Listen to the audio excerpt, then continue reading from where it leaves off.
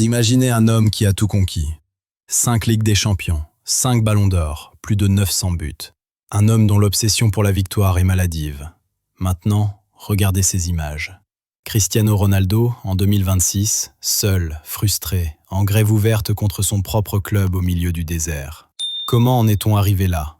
Comment le transfert censé révolutionner l'histoire du football est-il devenu une crise diplomatique à plusieurs milliards de dollars? Aujourd'hui, on ne va pas juste parler de football, on va parler d'ego, de géopolitique et d'une réalité brutale que personne ne veut admettre. Cristiano Ronaldo est piégé dans une prison dorée qu'il a lui-même construite. Bienvenue dans ce deep dive sur la chute du roi en Arabie Saoudite.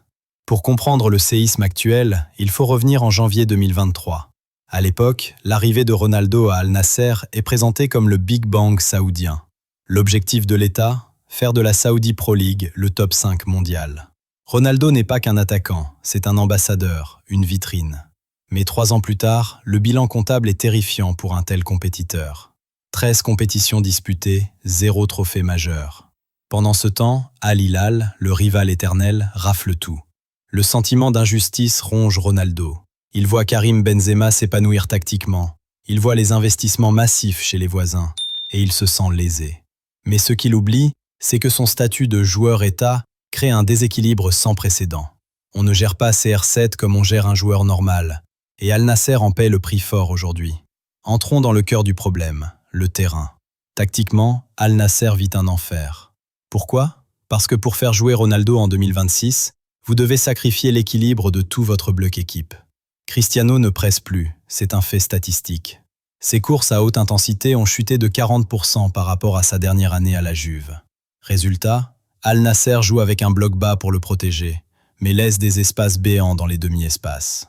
Regardez cette phase de jeu contre Al Hilal. Ronaldo attend le ballon dans la surface, mais derrière lui, le milieu est aspiré car il manque un premier rideau défensif. C'est le paradoxe ultime. Il marque des buts, oui, son ratio reste impressionnant. Mais ces buts coûtent cher à la structure collective. Plus grave encore, son salaire de 200 millions sature la masse salariale imposée par les régulations du PIF. Al Nasser ne peut pas recruter les Avengers qu'il réclame, parce que sa propre présence consomme tout l'oxygène financier du club. Il veut des stars, mais il est l'obstacle à leur venue. C'est un serpent qui se mord la queue. La suite, c'est un saut dans l'inconnu. Le match contre Valence n'est que le premier domino. Derrière, il y a ce barrage de Ligue des Champions face au Benfica Lisbonne. Une élimination précoce serait un cataclysme financier et sportif pour la Casablanca. Arbeloa joue sa crédibilité sur ces 15 prochains jours. Il regarde déjà vers le futur, vers Jacobo Ramon, ce défenseur de 21 ans prêté en Italie, pour lequel le Real possède une clause de rachat de 8 millions. Il regarde vers Johan Martinez, la pépite de 18 ans de la Castilla. Mais le futur ne soigne pas les fissures de tibia d'aujourd'hui.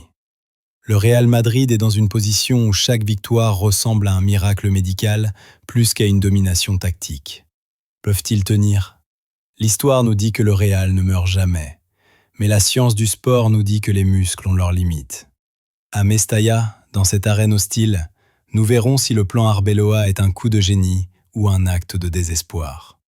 Merci d'avoir suivi ce deep dive au cœur de la crise madrilène. Si vous appréciez ce format d'analyse tactique et historique, n'oubliez pas de vous abonner et d'activer la cloche. On se retrouve très vite pour le débrief de ce match qui s'annonce déjà légendaire. Et vous, quel est votre pronostic pour Mestalla? Le Real peut-il gagner sans ses stars? On attend vos théories en commentaire. C'était votre expert analyste sur la Foot Chrono. Portez-vous bien et vive le football.